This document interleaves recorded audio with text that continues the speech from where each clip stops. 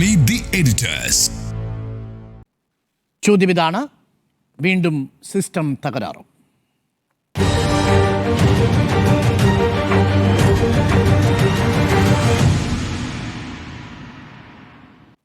ഒരു ഓട്ടോ ഡ്രൈവറായിരുന്നു വേണു. ആ കുടുംബത്തിൻ്റെ പ്രധാന ഉപജീവന മാർഗം. അദ്ദേഹത്തിൻ്റെ ഭാര്യ ഒരു CBSE സ്കൂളിലാണ് വർക്ക് ചെയ്യുന്നത്. കാര്യമായ വരുമാനമില്ല. പക്ഷേ നേരത്തെ തന്നെ സ്ട്രോക്ക് വന്നിരുന്ന ഒരാൾ കൂടിയാണ്. നിർഭാഗ്യവശാൽ അദ്ദേഹത്തിന് വീണ്ടും ഒരു കാർഡിയക് അറസ്റ്റ് ഉണ്ടാകുന്നു. ആദ്യം ചവറ ഹോസ്പിറ്റലിൽ, പിന്നീട് കൊല്ലം ജില്ലാ ഹോസ്പിറ്റൽ, അവിടെ നിന്ന് മെഡിക്കൽ കോളേജിലേക്ക് കൊണ്ടുപോകുന്നു. മൾട്ടിപ്പിൾ കാർഡിയക് അറസ്റ്റ് ഉണ്ടായി, ഒടുവിൽ മരണത്തിന് കീഴടങ്ങുന്നു. പക്ഷേ പുറത്തു വന്നിരിക്കുന്ന ആ ശബ്ദരേഖ അതാദ്യം പുറത്തുവിട്ടത് റിപ്പോർട്ടറാണ്, നമ്മളാണ് അതാദ്യം പുറത്തുവിടുന്നത്. പക്ഷേ അതിൽ വളരെ ഗുരുതരമായ ചില കാര്യങ്ങൾ അദ്ദേഹത്തിന് തോന്നിയതായിട്ട് അദ്ദേഹം പറയുന്നുണ്ട്. അദ്ദേഹത്തിൻ്റെ സുഹൃത്തിനോടാണ് അത് പറയുന്നത്. നമ്മുടെ മുന്നിൽ ആ മൊഴികളുണ്ട്. ഇന്നിപ്പോൾ വേണുവിൻ്റെ ഭാര്യയുടെ ബൈറ്റ് നമ്മൾ എടുത്തിരുന്നു. സിസ്റ്റം തകരാറാണെന്നാണ് പ്രതിപക്ഷം പറയുന്നത്. വീണ്ടും സിസ്റ്റം തകരാറാണ്. സിസ്റ്റം തകരാർ തന്നെയാണ്. സിസ്റ്റം ഒരിക്കലും ശരിയായിട്ടില്ല എന്നുള്ളതാണ് പ്രശ്നം. ഈ ആരോഗ്യവകുപ്പിൻ്റെ സിസ്റ്റം തകരാറുകൾ നമ്മൾ എത്ര വട്ടം നമ്മൾ ചർച്ച ചെയ്തതാണ്. ഇപ്പോൾ ഈ കേസ് നോക്കുകയാണെങ്കിൽ മരിച്ച വ്യക്തി മരിക്കുന്നതിന് അല്പം മുമ്പ് നടത്തിയ പ്രതികരണം, അതിൻ്റെ ശബ്ദമാണ് നമ്മൾ മുഴുവൻ കേട്ടത്. അപ്പോൾ അതൊരു മരണമൊഴിയായിട്ട് എടുക്കണം. ആ മരണമൊഴി എന്നുള്ളത് ഒരിക്കലും കളവാവില്ലല്ലോ. അവനവൻ അനുഭവിച്ചു പോയ സാഹചര്യങ്ങളാണ് അദ്ദേഹം വിശദീകരിക്കുന്നത്. മാത്രമല്ല, ഇത് എല്ലാവരും അറിയണമെന്ന് അദ്ദേഹം പറഞ്ഞുകൊണ്ട്, അതായത് മരിക്കാൻ പോവുകയാണെന്ന് അദ്ദേഹം ഏതാണ്ട് ഉറപ്പിക്കുകയാണ്. അപ്പോൾ നടത്തിയിരിക്കുന്ന ആ വാക്കുകളാണ്. ആ വാക്കുകളൊന്നുകൂടെ കേൾക്കാം നമുക്ക്. സമൂലം അഴിമതി കൊണ്ട് ആറാടിയിരിക്കുകയാണ് തിരുവനന്തപുരം മെഡിക്കൽ കോളേജ്. യൂണിഫോം ഇട്ടിരിക്കുന്ന ഒരാളോട് നമ്മളൊരു കാര്യം ചോദിച്ചാൽ നായയെ നോക്കുന്ന കണ്ണുകൊണ്ട് പോലും നോക്കാൻ ശ്രമിക്കത്തില്ല. ഇവിടെ കൈക്കൂലിയുടെ ഏറ്റവും വലിയ ബഹളം. വെള്ളിയാഴ്ച രാത്രി ഞാനിവിടെ വന്നതാ എമർജൻസി ആൻജിയോഗ്രാം ചെയ്യുന്നതിന് വേണ്ടിയിട്ട്. ഇന്ന് 6 ദിവസം തികയുക. കിട്ടുന്നതിൽ ഏറ്റവും വേഗം പോകുന്ന ആംബുലൻസ് പിടിച്ച് തിരുവനന്തപുരം മെഡിക്കൽ കോളേജിലേക്ക് പോണേന്നും പറഞ്ഞു വിട്ട് വന്ന പേഷ്യൻ്റാണ് ഞാൻ. ഡോക്ടറോട് പലതവണ ചോദിച്ചു എൻ്റെ പേരിലുള്ള ഈ ചികിത്സ എപ്പോൾ നടക്കുമെന്ന്. അവർക്കൊരുവിധ ഐഡിയയുമില്ല. സാധാരണക്കാരുടെ ഏറ്റവും വലിയ ആശയവും ആശ്രയവുമായിരിക്കേണ്ട ഈ സർക്കാർ ആതുരാലയം വെറും വിഴുപ്പുകെട്ടുകളുടെ ശാപങ്ങളുടെ പർദീസയായി മാറിയിരിക്കുകയാണ്. എൻ്റെ ജീവൻ എന്തെങ്കിലും അപായം സംഭവിച്ചാൽ ഇവിടുത്തെ ഉദ്യോഗസ്ഥരുടെ അനാസ്ഥ ഈ വോയിസ് കൊണ്ട് പുറം ലോകത്തെ അറിയിക്കണം. സുഹൃത്തിനയച്ച ശബ്ദരേഖയാണ്. ഇതിൽ വേണു പറയുന്ന ഒരു കാര്യം, വേണു ആദ്യം പറയും യൂണിഫോം ഇട്ട ആളെന്ന് പറയുന്നത് എനിക്ക് തോന്നുന്നത് സെക്യൂരിറ്റി ജീവനക്കാരായിരിക്കാം ഒരു പക്ഷേ.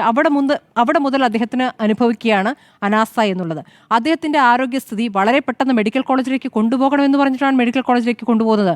അവിടെ ഡോക്ടർമാരായാലും നഴ്സുമാരായാലും ചോദ്യങ്ങൾക്കുത്തരം തരണ്ടേ? പ്രാഥമികമായി ചെയ്യേണ്ട ഒരു കാര്യമാണ്. രോഗിയായാലും കൂട്ടിരിപ്പുകാരായാലും എന്താണ് അടുത്ത നടപടി എന്നുള്ള കാര്യം അവരോട് പറയേണ്ടതേ ഇല്ല എന്ന രൂപത്തിൽ അവഗണിക്കുന്നു എന്നുള്ളതാണ്.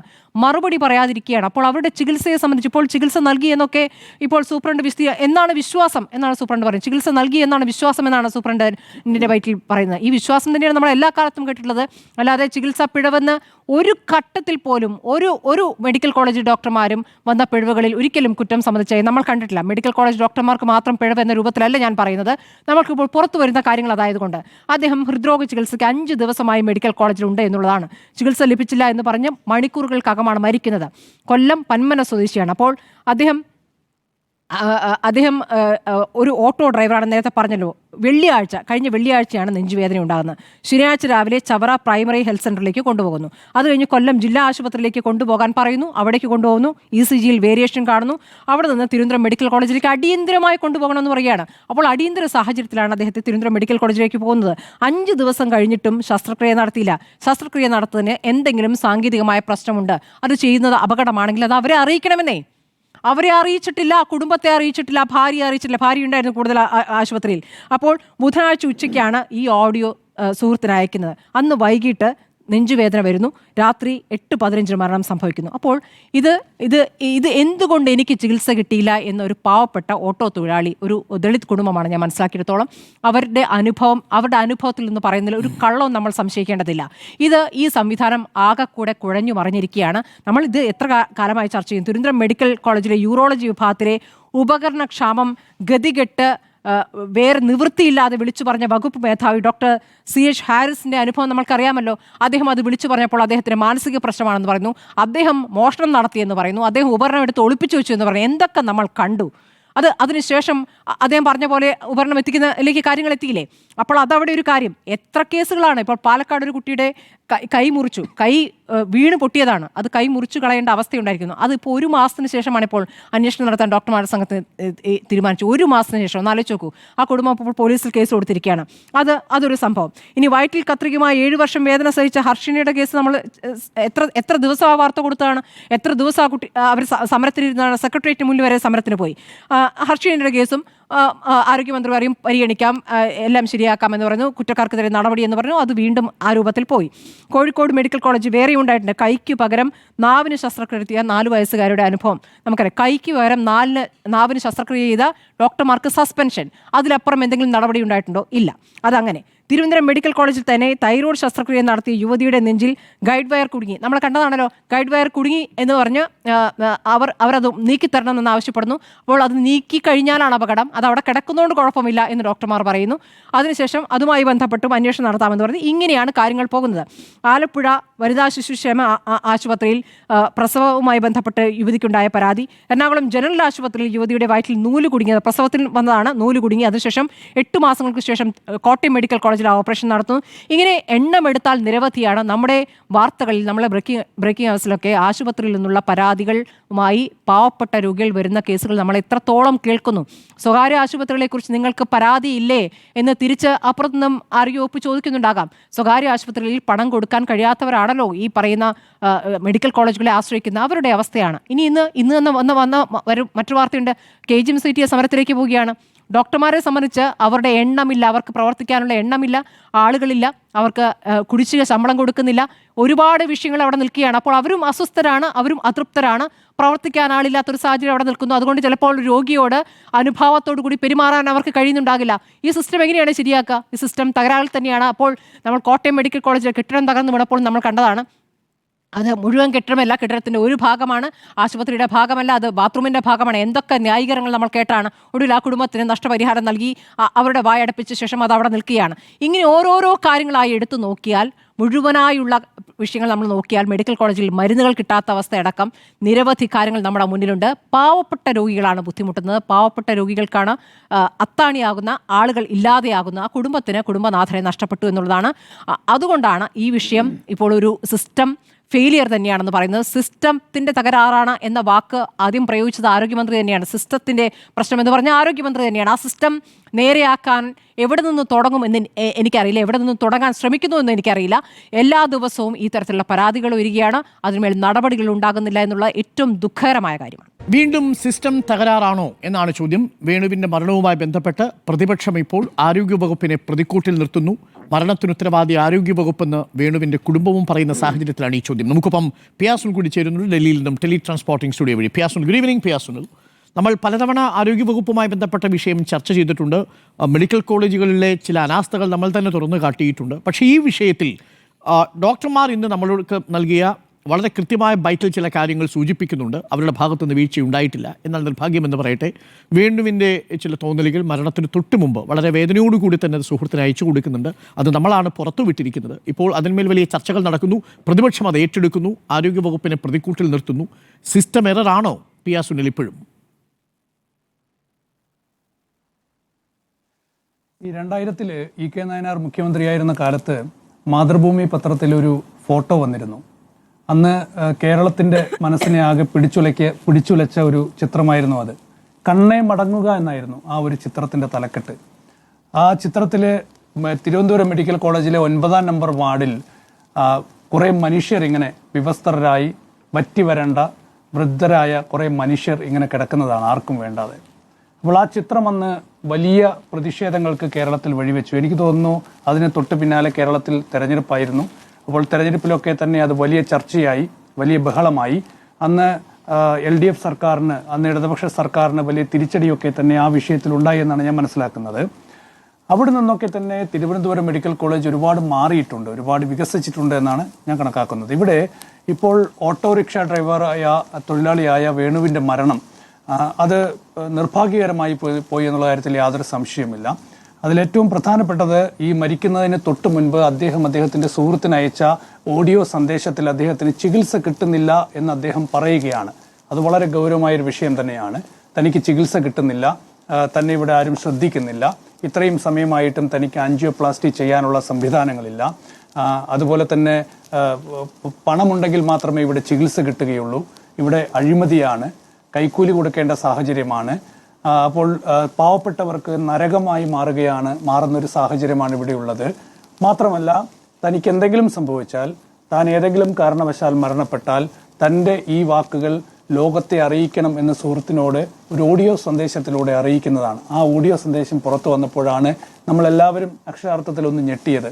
കാരണം അത്രയ്ക്ക് ഗുരുതരമായൊരു സാഹചര്യം തിരുവനന്തപുരം മെഡിക്കൽ കോളേജിൽ നിലനിൽക്കുന്നു എന്നതായിരുന്നല്ലോ നമ്മളൊക്കെ തന്നെ കണക്കാക്കി. തീർച്ചയായും അങ്ങനെ ഒരു തോന്നൽ അദ്ദേഹത്തിന് മരിക്കുന്നതിന് മുൻപ് ഉണ്ടായിട്ടുണ്ട് എങ്കിൽ അത് കഷ്ടമായി പോയി, നിർഭാഗ്യകരമായി പോയി എന്നുള്ള കാര്യത്തിൽ യാതൊരു സംശയമില്ല. പാവപ്പെട്ടൊരു കുടുംബമാണ്. അവരെ സഹായിക്കാൻ കേരളത്തിലെ എല്ലാ ജനങ്ങളും ഒറ്റക്കെട്ടായി വരും എന്നാണ് ഞാൻ ഈ ഒരു വിഷയത്തിൽ സംസാരിക്കുന്നതിനിടയിൽ പ്രതീക്ഷിക്കുകയും ചെയ്യുന്നത്. ഏതായാലും ഈ വിഷയത്തിൽ ഏറ്റവും പ്രധാനപ്പെട്ട ഒരു വീഴ്ചയായി ഞാൻ കണക്കാക്കുന്നത് അദ്ദേഹത്തിന് എന്താണ് കുഴപ്പം, അദ്ദേഹത്തിന് എന്താണ് പ്രശ്നം എന്നത് അദ്ദേഹത്തെയും അദ്ദേഹത്തിൻ്റെ ബന്ധുക്കളെയും ബോധ്യപ്പെടുത്തുന്നതിൽ തിരുവനന്തപുരം മെഡിക്കൽ കോളേജിലെ സംവിധാനങ്ങൾക്ക് വീഴ്ച പറ്റിയെന്നത് തന്നെയാണ്. ഡോക്ടർമാർ അതേസമയം പറയുന്നത് 3 പ്രധാനപ്പെട്ട കാര്യങ്ങളാണ്. ഒന്ന്, ക്രിയാറ്റിൻ ലെവൽ. അദ്ദേഹത്തിൻ്റെ ക്രിയാറ്റിൻ ലെവൽ കൂടുതലായിരുന്നു. ക്രിയാറ്റിൻ ലെവൽ കൂടുതലാവുമ്പോൾ ആൻജിയോപ്ലാസ്റ്റി ചെയ്യുന്നതിന് തടസ്സമുണ്ട് എന്നാണ് ഡോക്ടർമാർ പറഞ്ഞത്. അദ്ദേഹത്തിൻ്റെ ജീവന് ഭീഷണിയാവുന്ന സാഹചര്യം ഉണ്ടാകും. രണ്ടാമത്തേത്, 24 മണിക്കൂർ സമയം കഴിഞ്ഞാണ് ഹൃദയാഘാതമുണ്ടായി. 24 മണിക്കൂറിന് ശേഷമാണ് അദ്ദേഹത്തെ ആശുപത്രിയിൽ എത്തിക്കുന്നത്. അപ്പോൾ അതിൻ്റെതായ ചില റിസ്കുകൾ ഉണ്ടായിരുന്നു. മൂന്നാമത്തെ കാരണം എന്നത് നേരത്തെ പക്ഷാഘാതം ഉണ്ടായ ഒരാളാണ്. അദ്ദേഹത്തിന് മരുന്നുകളൊക്കെ ഉണ്ടായിരുന്നു, പക്ഷേ അദ്ദേഹം മരുന്നുകളൊന്നും കഴിക്കുന്നില്ല. കൊളസ്ട്രോളിന് ഉൾപ്പെടെയുള്ള മരുന്നുകൾ അദ്ദേഹം നിർത്തിയൊരു സാഹചര്യമാണ്. അപ്പോൾ അത്തരത്തിലുള്ള ചില ഹെൽത്ത് റിസ്ക് അദ്ദേഹത്തിന് ഉണ്ടായിരുന്നു. മെഡിക്കൽ പ്രോട്ടോകോൾ അനുസരിച്ചുള്ള എല്ലാ ചികിത്സയും അദ്ദേഹത്തിന് നൽകി എന്നാണ് മെഡിക്കൽ കോളേജിൻ്റെ അവകാശവാദം, അല്ലെങ്കിൽ മെഡിക്കൽ കോളേജിലെ ഡോക്ടർമാരൊക്കെ തന്നെ ചൂണ്ടിക്കാണിക്കുന്നത്. അപ്പോൾ ഏതെങ്കിലും തരത്തിലുള്ള ഒരു വീഴ്ച സംഭവിച്ചിട്ടില്ല, പക്ഷേ അദ്ദേഹത്തിന് പിന്നീട് ഹൃദയാഘാതം ഉണ്ടായി, അദ്ദേഹം മരണപ്പെട്ടു. ഇതാണ് മെഡിക്കൽ കോളേജിൻ്റെതായിട്ടുള്ള ഒരു പ്രതികരണം വരുന്നത്. ഏതായാലും സംസ്ഥാന ആരോഗ്യ വകുപ്പ് മന്ത്രി വീണ ജോർജ് ഈ വിഷയത്തിൽ റിപ്പോർട്ട് തേടിയിട്ടുണ്ട്. ഇക്കാര്യത്തിൽ എന്തെങ്കിലും വീഴ്ച പറ്റിയോ എന്നത് പരിശോധിക്കും എന്ന് വ്യക്തമാക്കിയിട്ടുണ്ട്. ഏതായാലും ഞാൻ നേരത്തെ പറഞ്ഞതുപോലെ ഈ വിഷയത്തിൽ നേരത്തെ ചൂണ്ടിക്കാണിച്ച 3 കാര്യങ്ങൾ, അദ്ദേഹത്തിൻ്റെ ആരോഗ്യ പ്രശ്നവുമായി ബന്ധപ്പെട്ട കാര്യങ്ങൾ, അദ്ദേഹത്തെയും അദ്ദേഹത്തിൻ്റെ ബന്ധുക്കളെയും ബോധ്യപ്പെടുത്തുന്നതിൽ നമ്മുടെ മെഡിക്കൽ കോളേജിലെ സംവിധാനങ്ങളിൽ ഒരു വീഴ്ചയുണ്ടായി എന്നുള്ള കാര്യത്തിൽ യാതൊരു സംശയവുമില്ല. അത് ആവർത്തിക്കാൻ പാടില്ലാത്ത സാഹചര്യം തന്നെയാണ്. ഏത് ആശുപത്രിയിൽ പോയാലും നിങ്ങൾക്ക് ഇതാണ് അസുഖം, ഇദ്ദേഹത്തിന് ഇന്ന കുഴപ്പങ്ങളുണ്ട് എന്ന് രോഗിയെയും ഒപ്പം തന്നെ ബന്ധുക്കളെയും അറിയിക്കേണ്ടതാണ്. അക്കാര്യത്തിൽ എന്തെങ്കിലും വീഴ്ച പറ്റിയിട്ടുണ്ടെങ്കിൽ അത് പരിശോധിക്കണം. അതേസമയം തിരുവനന്തപുരം മെഡിക്കൽ കോളേജ് നോക്കൂ, കേരളത്തിലെ ഒരുപാട് മനുഷ്യരുടെ വലിയ പ്രതീക്ഷയാണ് തിരുവനന്തപുരം മെഡിക്കൽ കോളേജ്. എത്ര പേർക്ക് സ്വകാര്യ ആശുപത്രിയിലൊക്കെ പോയി ചികിത്സ നടത്താൻ കഴിയും? ആ മെഡിക്കൽ കോളേജിൽ പ്രവർത്തിക്കുന്ന ഒരുപാട് ഡോക്ടർമാരുണ്ട്. കേരളത്തിലെ എനിക്ക് തോന്നുന്നു ഏറ്റവും ബെസ്റ്റ് മെഡിക്കൽ ഇൻസ്റ്റിറ്റ്യൂഷനാണ് തിരുവനന്തപുരം മെഡിക്കൽ കോളേജ്. അവിടെ ഒരു ഡോക്ടർക്ക് ഒരുപക്ഷെ ഒരു 10 രോഗിയാണ് ചികിത്സിക്കാൻ കഴിയുന്നതെങ്കിൽ അവിടെ 100 രോഗികളാണ് ഡോക്ടറിന്റെ മുമ്പിലേക്ക് വരുന്നത്. അതിൽ ഭൂരിഭാഗം പേർക്കും ചികിത്സ നൽകാനുള്ള ശ്രമം ആ ഡോക്ടർമാർ നടത്തുന്നുണ്ട്. ഇപ്പോൾ ഈ കാർഡിയോളജി വിഭാഗത്തിൽ തന്നെ എനിക്ക് തോന്നുന്നു സ്റ്റാഫുകളുടെ കുറവ് വലിയ തോതിലുണ്ട്. അവിടെ 15 ഡോക്ടർമാർ വേണ്ടിടത്ത് 10 ഡോക്ടർമാരേ ഉള്ളൂ. അത് PSC വഴിയൊക്കെ തന്നെ ഇതിനുള്ള പരീക്ഷയൊക്കെ നടത്തി ഡോക്ടർമാരെ നിയമിക്കാനുള്ള ശ്രമങ്ങൾ സർക്കാർ നടത്തുന്നുണ്ടെങ്കിൽ പോലും പലരും സർക്കാർ സംവിധാനങ്ങളിലേക്ക് വരാൻ മടി കാണിക്കുന്നുണ്ട്. അതിന് കുറേ പ്രശ്നങ്ങളുണ്ട്. കാരണം സ്വകാര്യ ആശുപത്രിയിലേക്ക് പോയാൽ 3 ലക്ഷവും 4 ലക്ഷം രൂപ ശമ്പളം കിട്ടുമ്പോൾ എന്തിനാണ് സർക്കാർ മെഡിക്കൽ കോളേജിൽ 70,000 80,000 രൂപയ്ക്ക് ജോലിക്ക് വരണമെന്നൊരു ചോദ്യം വളരെ പ്രധാനപ്പെട്ടതാണ്. അത് നയപരമായ തീരുമാനമാണ്. സർക്കാർ അക്കാര്യത്തിലൊക്കെ തന്നെ തീരുമാനമെടുക്കണം. പക്ഷേ ഇതൊരു വലിയ പ്രശ്നമാണ്, സ്റ്റാഫിൻ്റെതായിട്ടുള്ള പ്രശ്നം. കൊല്ലം ജില്ലാ ആശുപത്രിയിൽ പോയപ്പോഴും അവിടെ ഒരു പ്രശ്നമുണ്ടായിരുന്നു എന്നാണ് ഞാൻ മനസ്സിലാക്കുന്നത്. അവിടെ സ്റ്റാഫുകളുടെ കുറവുണ്ടായിരുന്നു. പിന്നീടാണ് തിരുവനന്തപുരം മെഡിക്കൽ കോളേജിലേക്ക് റെഫർ ചെയ്യുന്നത്. ഏതായാലും അവിടെ ഏതെങ്കിലും തരത്തിലുള്ള ഈ ചികിത്സ ഉറപ്പാക്കുന്നതിൽ മെഡിക്കൽ പ്രോട്ടോകോൾ അനുസരിച്ചുള്ള നടപടികൾ പൂർത്തിയാക്കിയെന്ന് മെഡിക്കൽ കോളേജ് അവകാശപ്പെടുന്നുണ്ട്. ഏതായാലും അവിടെ പരിഹരിക്കേണ്ടതായിട്ടുള്ള കുറേ പ്രശ്നങ്ങളുണ്ട്. പക്ഷേ അപ്പോഴും ഈ സിസ്റ്റത്തിന് മൊത്തം തകരാറാണ്, ഈ സിസ്റ്റം മൊത്തം തകർന്നിരിക്കുന്നു എന്നൊരു നിഗമനത്തിലേക്ക് നമ്മൾ എത്തുന്നത് ശരിയല്ല എന്നാണ് എൻ്റെ അഭിപ്രായം. കാരണം ഞാൻ നേരത്തെ പറഞ്ഞതുപോലെ ഒരുപാട് ആളുകളുടെ പ്രതീക്ഷയാണ് ഈ മെഡിക്കൽ കോളേജ് എന്നത്. നേരത്തെ ഹാരിസ് ചില വിഷയങ്ങളിൽ ആശങ്കകൾ അറിയിച്ചിരുന്നു. ആ വിഷയങ്ങളിൽ പിന്നീട് അത് പരിഹാരമാകുന്നൊരു സാഹചര്യമൊക്കെ തന്നെ ഉണ്ടായിരുന്നു. അപ്പോൾ ഒരു മെഡിക്കൽ കോളേജിന് താങ്ങാവുന്നതിനപ്പുറത്ത് രോഗികൾ വരുന്നൊരു സാഹചര്യമുണ്ട്. അപ്പോൾ അവിടെ വർക്ക് ചെയ്യുന്ന, അവിടെ പ്രവർത്തിക്കുന്ന ഡോക്ടർമാരുടെ, സർവീസ് ചെയ്യുന്ന ഡോക്ടർമാരുടെ ഒരു മാനസികാവസ്ഥ കൂടി നമ്മൾ മനസ്സിലാക്കണം എന്നുള്ളതാണ് എൻ്റെ ഒരു അഭിപ്രായം. ഏതായാലും ഇപ്പോൾ ഇങ്ങനെയൊരു സംഭവം നടന്നത് നിർഭാഗ്യകരമാണ്. നിർഭാഗ്യകരം തന്നെയാണ്. അതിലെന്തെങ്കിലും വീഴ്ച സംഭവിച്ചിട്ടുണ്ടെങ്കിൽ അക്കാര്യത്തിൽ ശക്തമായ നടപടികൾ ഉണ്ടാകണം, വിട്ടുവീഴ്ചയില്ലാത്ത നടപടികൾ ഉണ്ടാകണം. പക്ഷേ അപ്പോഴും മെഡിക്കൽ കോളേജിനെ ഒറ്റതിരിഞ്ഞ് ആകെ കുഴപ്പമാണ്, മെഡിക്കൽ കോളേജിൽ മൊത്തം കുഴപ്പമാണ്, എല്ലാവരും എല്ലായിടത്തും പ്രശ്നമാണ് എന്നൊരു സ്ഥിതിയിലേക്ക് വരുന്നത് ഈ സാധാരണ മനുഷ്യർക്ക് അവരുടെ പ്രതീക്ഷകൾക്ക് അത് വലിയ തിരിച്ചടിയാകും.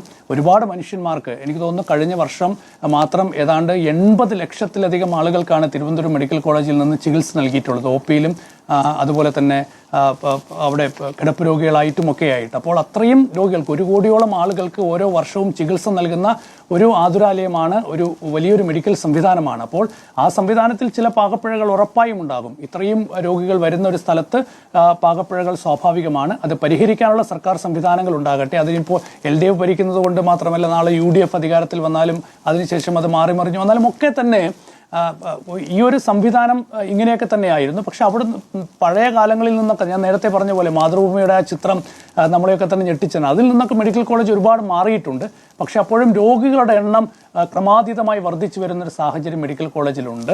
അപ്പോൾ അതിനനുസരിച്ച് മെഡിക്കൽ കോളേജിൻ്റെ വ്യാപ്തിയും വർദ്ധിക്കണം, സ്റ്റാഫുകളുടെ എണ്ണവും ഒക്കെ തന്നെ വർദ്ധിക്കണം. അതിനൊക്കെ തന്നെയായി സർക്കാർ നടപടികൾ സ്വീകരിക്കണം. പക്ഷേ ഈ ഒരു പ്രശ്നത്തിൻ്റെ പേരിൽ സർക്കാരിനെ അല്ലെങ്കിൽ സർക്കാർ ഈ സിസ്റ്റം മുഴുവൻ തകർന്നു പോയി, ഈ സിസ്റ്റം മുഴുവൻ തകരാറിലാണ് എന്ന് വിലയിരുത്തുന്നതിനോട് എനിക്ക് യോജിപ്പില്ല. ഓക്കെ, വീണ്ടും സിസ്റ്റം തകരാറിലാണോ എന്നുള്ളതാണ് ചോദ്യം. സിസ്റ്റം ഈ വിഷയത്തിൽ തകരാറിലല്ല എന്നുള്ളതാണ് എൻ്റെ അഭിപ്രായം. മാത്രവുമല്ല, ഒരു സിസ്റ്റവും ഉണ്ടാവാതിരുന്ന ഒരിടത്തു നിന്നാണ് ഈ സിസ്റ്റം എന്ന് പറയുന്ന ആശയത്തിലേക്ക് തന്നെ മെഡിക്കൽ കോളേജുകൾ വന്നത് എന്നതാണ് ഞാൻ മനസ്സിലാക്കുന്നത്. എന്തുകൊണ്ടാണ് ഇങ്ങനെ പറയാനുള്ള കാരണം? ഉദാഹരണത്തിന് നമുക്ക് കാത്ത് ലാബ് മാത്രം എടുക്കാം. ഇപ്പോൾ പ്രതിപക്ഷം ഇതൊരു രാഷ്ട്രീയ വിഷയമാക്കി മാറ്റിയിരിക്കുകയാണല്ലോ. ആരോഗ്യ വകുപ്പ് മൊത്തം സിസ്റ്റം എററാക്കിയിരിക്കുന്നു എന്നുള്ളതാണ്. UDF സർക്കാരിൻ്റെ കാലത്ത് എത്ര മെഡിക്കൽ കോളേജുകളിൽ കാത്ത് ലാബ് ഉണ്ടായിരുന്നു? ഡയറക്റ്റ് ക്വസ്റ്റ്യൻ ആണ്, പ്രതിപക്ഷ നേതാവിനുള്ള ചോദ്യമാണ്. UDF സർക്കാരിൻ്റെ കാലത്ത് കേരളത്തിലെ 13 മെഡിക്കൽ കോളേജുകളാണല്ലോ ഇപ്പോൾ നമുക്കുള്ളത്. UDF സർക്കാരിൻ്റെ കാലത്ത് എത്ര കാത്ത് ലാബുകൾ, എത്ര മെഡിക്കൽ കോളേജുകൾ ഉണ്ടായിരുന്നു? ഞാൻ എണ്ണി തന്നെ പറഞ്ഞു തരാം. കാത്ത് ലാബുകൾ, പ്രഷർക്ക് കാത്ത് ലാബ് എന്ന് പറഞ്ഞു കഴിഞ്ഞാൽ ഈ ആൻജിയോഗ്രാമും ആൻജിയോപ്ലാസ്റ്റിയും ഒക്കെ ചെയ്യുന്ന ഹൃദയ സംബന്ധമായ അസുഖം വരുന്ന രോഗികളേക്ക് കാർഡിയോളജിക്കൽ ഇൻ്റർവെൻഷൻസ് നടത്തുന്ന, ഹൃദയ സംബന്ധമായ ശസ്ത്രക്രിയകൾ നടത്തുന്ന കാത്ത് ലാബുകൾ മെഡിക്കൽ കോളേജുകളിൽ വന്നു തുടങ്ങിയത് എന്ന് മുതലാണ്. 1997 നയനാ സർക്കാരിൻ്റെ കാലത്ത് തിരുവനന്തപുരത്തും കോഴിക്കോട്ടും 2 കാത്ത് ലാബുകൾ വരുന്നുണ്ട്. VS അച്യുതാനന്ദൻ്റെ കാലത്ത് കോട്ടയത്ത് 2008 ആലപ്പുഴയിൽ 2011 മെഡിക്കൽ കോളേജുകളിൽ കാത്ത് ലാബുകൾ വന്നു. എറണാകുളത്ത് 2018 തൃശ്ശൂരിൽ 2017 മഞ്ചേരിയിൽ 2018 വയനാട്ടിൽ 2024 കാത്ത് ലാബുകൾ മെഡിക്കൽ കോളേജുകളിൽ വന്നു.